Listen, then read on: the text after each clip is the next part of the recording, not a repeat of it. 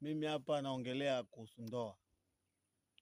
Ndoa ni kitu chengine cha maana katika hii dunia, na ndoa ni heshima, na ndoa inakufanya unaheshimiwa na majirani, unaheshimiwa na watu wengi wanaokuheshimu wakati ile ndoa umeoa ama umeolewa.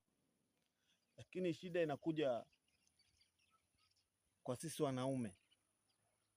Mwanamke anapika chakula,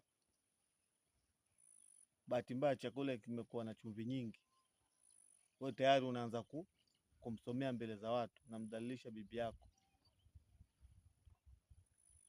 Ya pili ambazo zinaharibu ndoa sana ni vitu vidogo vidogo, lakini mara nyingi zinaharibu ndoa. Ya pili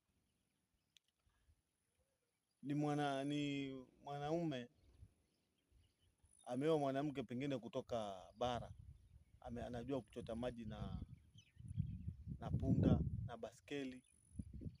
Umempeleka pwani, unamlazimisha achote maji na kichwa, na hiyo kitu hajafanya, wakati hiyo ni makosa. Mwanamke anachukua uamuzi, anaenda, unasema bibi ana makosa. Kama vitu vinatokea kwa ndoa, vitu kama hivyo, ni utafute mbinu ya kusuluhisha ile ndoa. Ama utasikia wanaume wengine wanaita bibi zao umbwa, utamuitaje bibi umbwa? Mwenyezi Mungu hajataja mahali mwanamke aitwe umbwa. Kwa nini unamuita bibi yako umbwa? Kusuluhisha jambo kama hilo, hiyo ya point number 1. Wakati bibi amepika chakula na ni kibaya, we nyamaza tu. Hata kama pana watu, nyamaza. Mngojee usiku wakati kumeiva, umweleze kweli, mke wangu bana, ulipika chakula kitamu, lakini chakula kilikuwa na chumvi nyingi.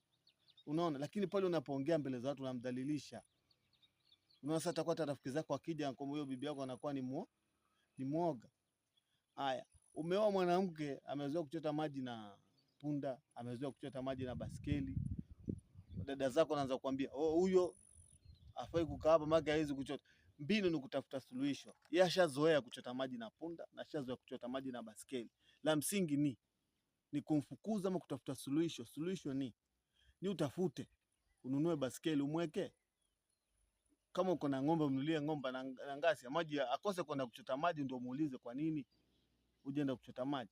Ni kama vile umeoa kiwete, alafu unafika kwa nyumba unamuuliza mbona wewe ni kiwete, na wakati unajua yeye ni kiwete. Kwa hivyo sisi wanaume tuacheni kunyanyasa wanawake sometimes.